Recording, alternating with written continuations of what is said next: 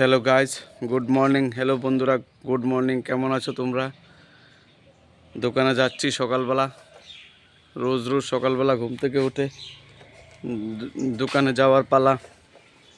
সকাল 7টায় ঘুম থেকে উঠলাম, তারপর টিফিন করে দোকানে যাওয়ার জন্য রওনা দিলাম।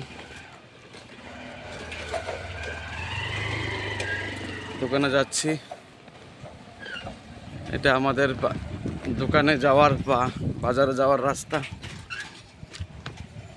বাড়িতে কেউই নেই, তারপর টিফিন করে দোকানে যাচ্ছি।